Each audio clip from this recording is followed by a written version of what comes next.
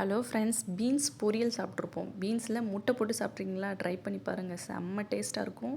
கண்டிப்பாக இதை ட்ரை பண்ணுங்கள். இதுக்கு வந்து கடாயில் எண்ணெய், கடுகு, சீரகம், கடலைப்பருப்பு, உளுத்தம்பருப்பு, ஒரு 2 பச்சை மிளகாய் கட் பண்ணி வச்சுருக்கேன். அதுக்கப்புறமேட்டு வந்துட்டு வெங்காயம் 2 பொடி பொடியாக கட் பண்ணி வச்சுருக்கேன். எல்லாத்தையும் போட்டுட்டு நல்லா மஞ்சத்தூள் போட்டு வதக்கி விட்டுருங்க. வதக்கி விட்டுட்டு நம்ம வந்து பீன்ஸை வந்து குட்டி குட்டியாக கட் பண்ணி எடுத்து வச்சுருக்கேன். நீங்கள் வந்துட்டு இது தண்ணிலாம் எதுவுமே ஆட் பண்ணக்கூடாது.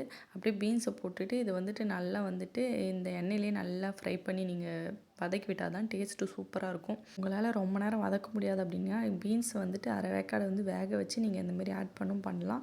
டேஸ்ட் நல்லா தான் இருக்கும். அப்படியே இதை வந்துட்டு நான் எதுவுமே தண்ணிலாம் ஆட் பண்ணாமல் அப்படியே வந்துட்டு இந்த எண்ணெயிலே வந்துட்டு நல்லா வதக்கிட்டு இதுலேயே வந்துட்டு வெந்துடணும். அப்போ தான் டேஸ்ட்டு சூப்பராக இருக்கும். நீங்கள் வந்து இடையில வந்து உப்பு கொஞ்சமாக ஆட் பண்ணிவிட்டு இதை மூடி போட்டு நல்லா வந்துட்டு வதக்கி விட்டுருங்க. எந்த அளவுக்கு மூடி போட்டு நீங்கள் வதக்குனீங்களோ அந்த அளவுக்கு டேஸ்ட்டாக இருக்கும். நல்லா இது வெந்ததுக்கப்புறம் குழம்பு மிளகாத்தூள் மட்டும் நான் வந்து ஆட் பண்ணியிருக்கேன். வேறு எதுவுமே இதுக்கு நான் போடல. குழம்பு மிளகாத்தூள் மட்டுமே இதுக்கு சூப்பராக இருக்கும்.